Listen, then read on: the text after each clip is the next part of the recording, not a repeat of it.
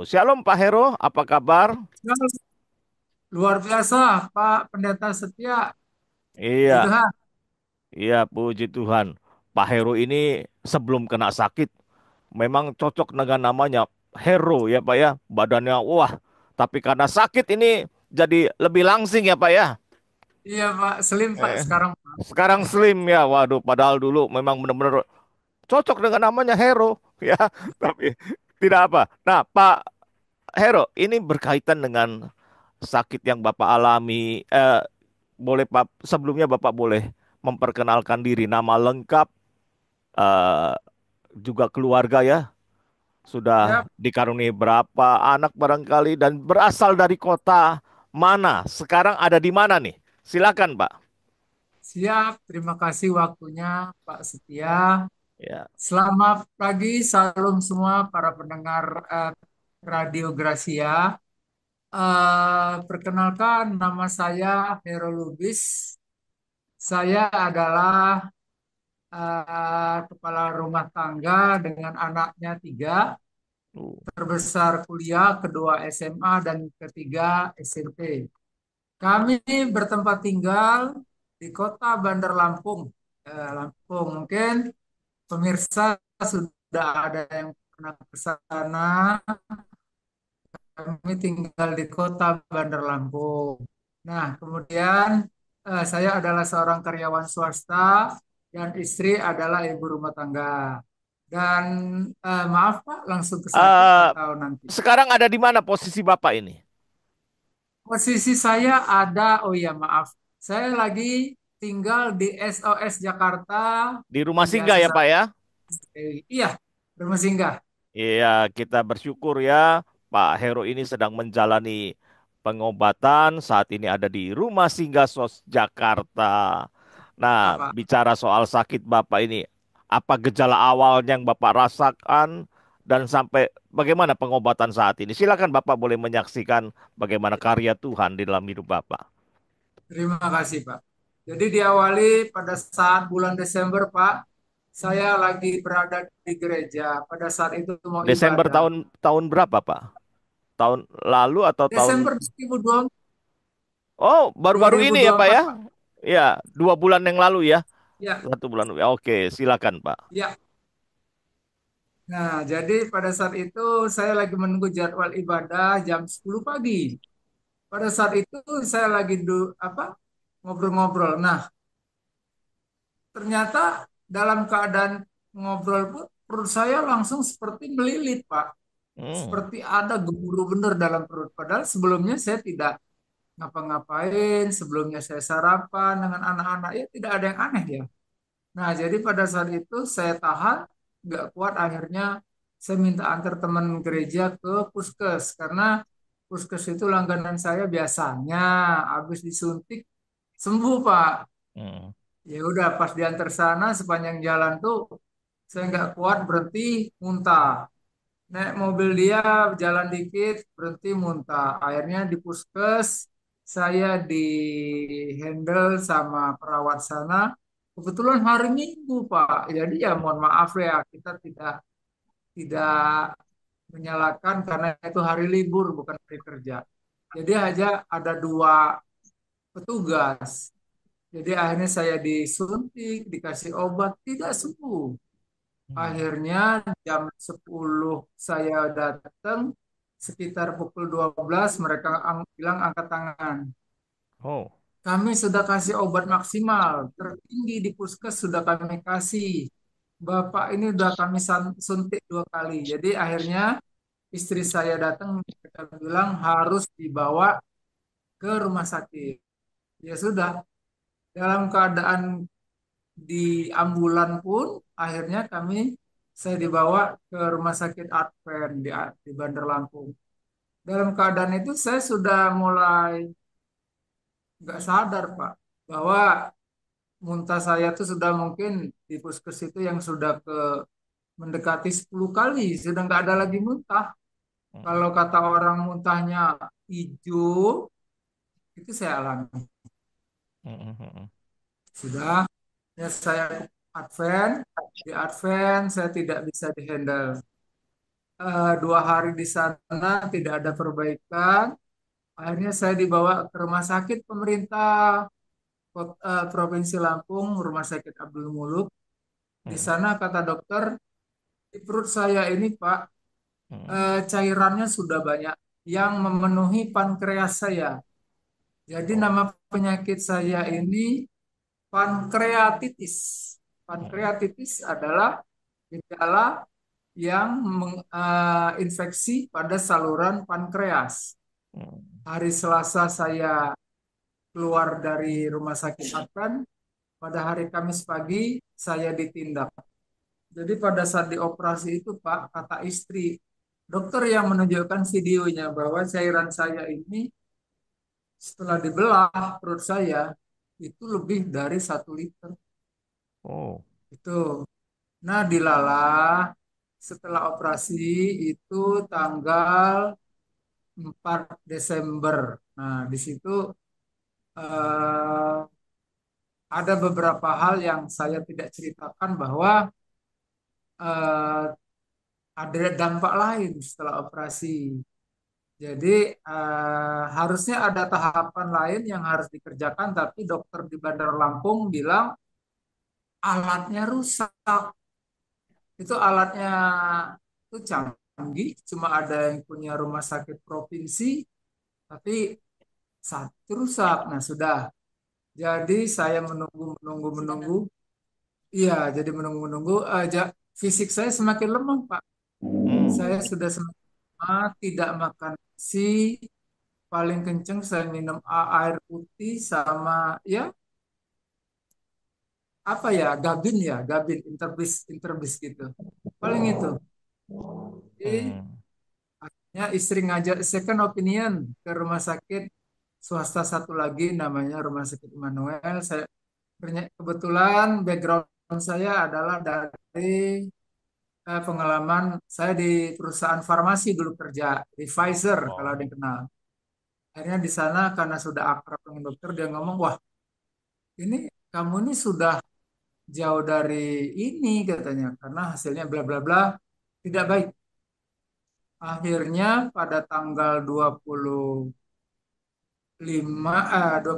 Desember. Jadi ini Pak Pendeta Setia, baru tahun ini kami tidak merayakan Natal, tapi kami merayakan Natal di tol, Pak. Oh. Karena kenapa? Ah, kata dokter, kondisi fisik kamu Hero sudah tidak baik. Saya tidak jamin kamu berapa hari lagi kuat. Karena hasil lab darah leukosit saya tinggi, eritrosit saya apa tinggi, infeksi kamu sudah luar biasa. Akhirnya tidak ada kata lain, kamu harus berangkat ke Jakarta untuk pengobatan di rumah sakit Cipto Mangunkusumo. Sudah, akhirnya dibuat surat pengantar. 25 Desember jam 10 pagi saya berangkat bersama istri, anak, naik ambulan ke RCM. Berangkat ke sini. Nah, akhirnya langsung di jam 10 berangkat, jam 4 nyampe ke sini. Langsung dihandle sama rumah sakit Cipto. Tuh. Hasilnya tidak baik, saya masuk zona merah. Jadi saya harus menunggu karena di sana ada zona merah, zona kuning, zona hijau. Kalau sudah sampai hijau baru menunggu untuk masuk ke kamar. Sudah. Nah, jadi itu tahapan saya berangkat ke RCM, Pak. Hmm. Tapi saya mau menceritakan eh, Tuhan itu baik karena karena pertolongannya lah sampai saya bisa bersaksi pagi ini, Pak. Jadi pada Oh. saat di Rumah Sakit Cipto, saya merasakan banyak sekali mujizat yang Tuhan berikan. Pertama, jadwal operasi saya sudah ditentukan tim bedah, tim endoktrin, tim penyakit dalam, dan kelompok itulah Hmm. bahwa tanggal 10 Januari saya dioperasi. Nah, di sana kami berkali-kali dan saya juga sudah meyakinkan saya akan dimasukkan ICU karena dokter ngomong SOP kami adalah setelah pasien dioperasi kami dikasih waktu keluarga untuk melihat, habis itu dipisah. Saya sudah ngomong sama istri bahwa kalau memang harus berpisah, yuk. Kak, saya sudah mulai puasa jam 2 subuh. Sebelum jam 2 subuh saya ngajak istri berdoa, Pak, Hmm. bahwa saya harus pisah berapa hari nggak tahu, karena ada yang 3 hari, ada yang 10 hari katanya. Hmm. Gantung dengan respon individu. Ya sudah, ternyata Pak, itulah puji Tuhan. Berkali-kali saya mendengar harus dimasukkan ICU. Pada saat saya hari pertama, karena saya adalah pasien pertama, jam 7 pagi sudah dibawa ke ruang operasi. Katanya, karena saya pingsan, Hmm. saya keluar dari ruang operasi itu sekitar pukul 5 sore. Walhasil malah di situ saya bisa ngobrol-ngobrol sama dokter, Pak.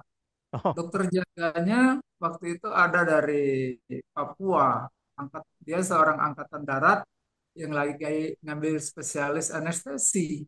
Hmm. Dilalanya saya masuk ke ruang habis operasi nih, Pak. Hmm. Ditaruh ke ruang apa ya, semacam observasi. Ya. Di ruang observasi itu saya bangun, saya ngobrol. Akhirnya kata dokter, ya kalau Bapak mungkin penilaian dia kalau memang sadar ngapain di ke ICU lagi. Jadi keluarga besar saya malah sudah menguatkan hati, ya sabar-sabar. Istri saya sudah angkat tas, Pak, dari ruang ruang kamar di lantai 7-nya RCM, mengangkat barang, mengosongkan ruangan untuk ngekos lah istilahnya di Hmm. sekitar rumah sakit. Itu sudah booking kamar, sudah bayar, bahwa memang siap untuk berpisah. Saya juga akan masuk ke ICU. Sore itu terbantahkan, Pak Hmm. Pendeta, bahwa pada saat itu istri saya disuruh bawa ambil ranjang dari kamar untuk membawa saya kembali ke kamar biasa, Oh. bukan ke ICU. Jadi bahasa gaulnya adalah ruangan ICU. Dadah, Ya. nggak jadi.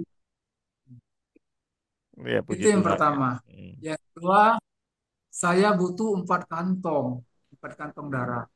4 kantong darah ini dibantu 2 dari pasien umum dan 2 lagi wajib anggota keluarga. Satu, keponakan saya yang belum pernah seumur hidup donor, masih masih bujangan, malah mau donor.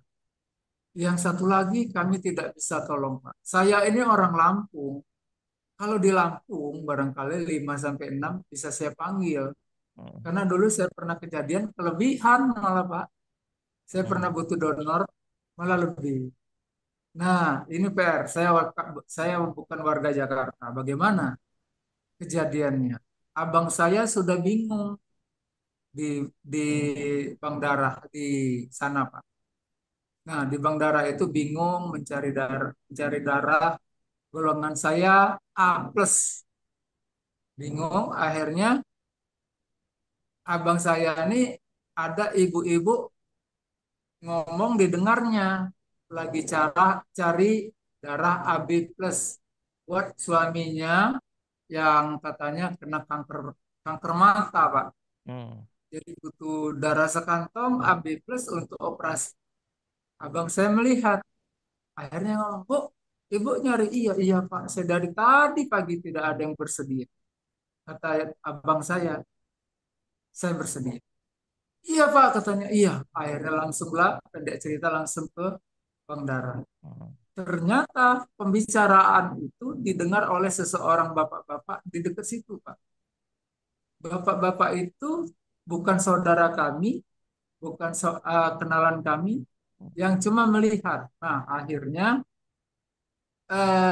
setelah abang saya ambil darah keluar, dia melihat formulir ini, formulir atas nama Hero Lubis, adiknya. kok di tangan dia.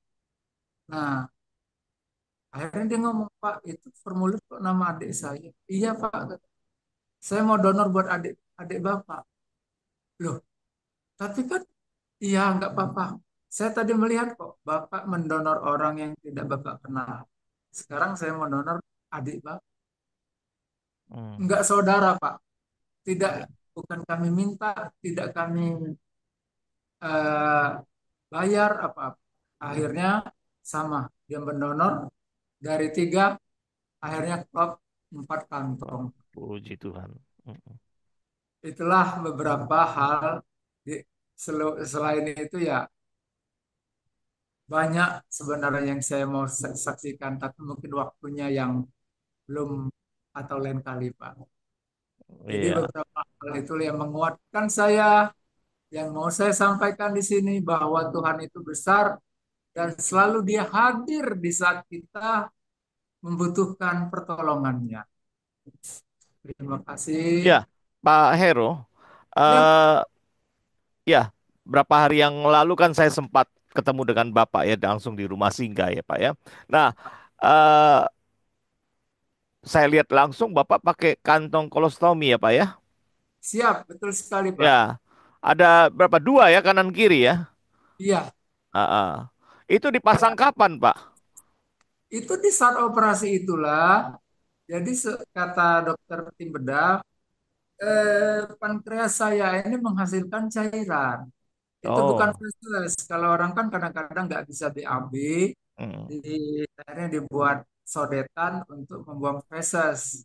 Tapi hmm. kalau saya itu cairan untuk menampung cairan pankreas. Itulah namanya Oh, pankreatitis. Jadi hmm, infeksi pada pankreas menghasilkan cairan, Pak. hmm, hmm. Hari Ya. pertama saya isinya darah, Hmm. darah operasi. Kalau sekarang sudah ya udah dikit Pak. Mohon doanya juga buat Pak Pendeta setia juga pemirsa. Hari Senin nanti saya akan ke RSDM lagi dan dokter menyampaikan pada saat kontrol pertama kalau tidak lagi banyak cairan, drain ya, drain. Drain itu selang yang Ya. Bapak bilang akan dicabut. Oh, puji Tuhan Ini ya. Nanti kita sama-sama doakan supaya makin cepat pemulihan terjadi atas diri Pak Hero. Ya. Pak, Nah, Pak Hero, ini dengan bagaimana kisah secara singkat aja, Pak. Bapak bisa berada di rumah singgah. Tadinya kan fokus mau cari tempat tinggal dan lain sebagainya.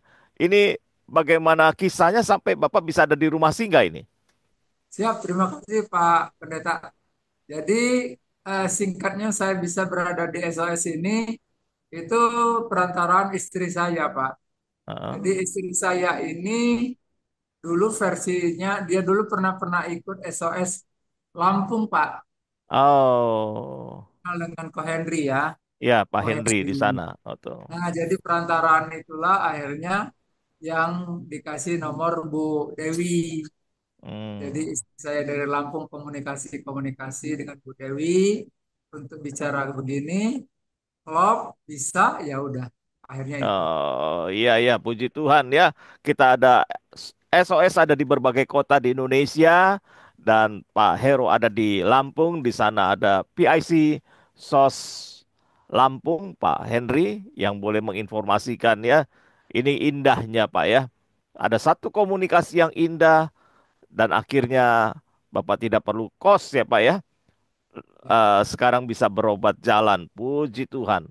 Ya, banyak kasih dan pertolongan Tuhan yang luar biasa yang Pak Hero boleh alami. Nah, di tengah Bapak sakit, adakah ayat firman Tuhan yang memberi kekuatan buat Bapak? Terima kasih Pak mengenai firman Tuhan. Pasti saya memiliki ayat atau ayat mas yang menjadi pegangan hidup saya. Seperti yang Bapak sampaikan tadi, firman Tuhan yang memberikan kekuatan itu baru saya saksikan dengan teman-teman sesama pasien. Tadi malam kami berkumpul beribadah yang dipimpin sama Bu Dewi. Jadi sesama pasien saya ceritakan firman Tuhan yang menjadi kekuatan saya adalah terdapat di Filipi 4 ayat 13, Pak. Hmm. Silakan Bapak boleh bacakan? Ya, kalau Ah, saya sudah nggak usah saya oke, apa hafal, Pak. ya silakan Pak. Ya, di Filipi 4 ayat 13 dikatakan segala perkara dapat ditanggung di dalam Dia yang memberikan kekuatan kepadaku.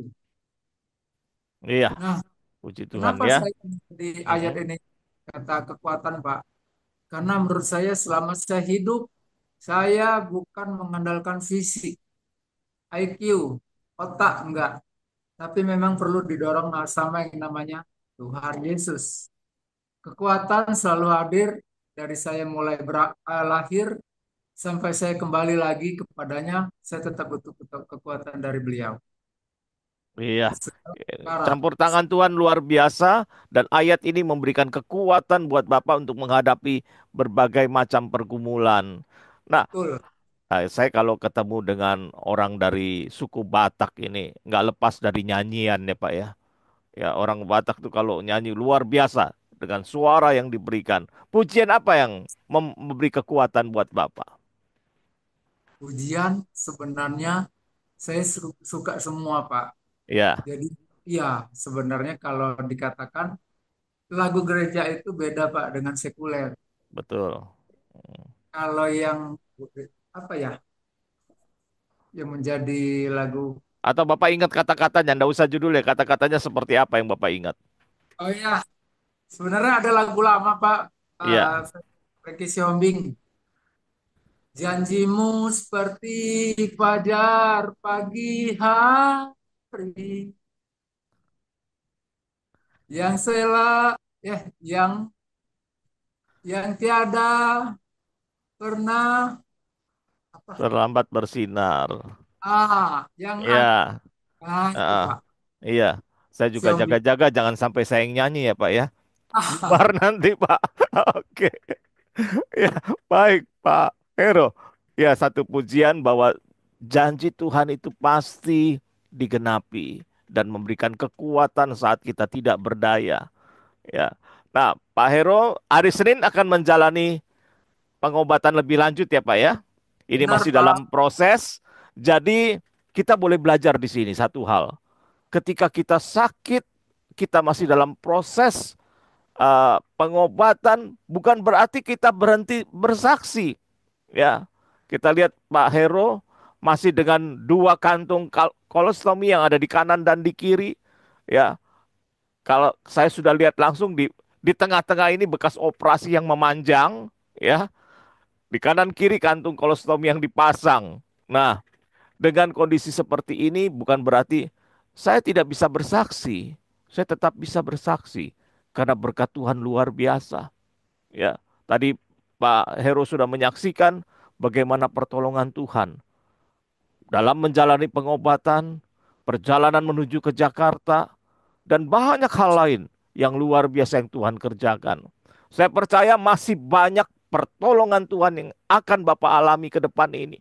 Masih banyak Amin. mujizat yang terjadi dalam hidup Pak Hero.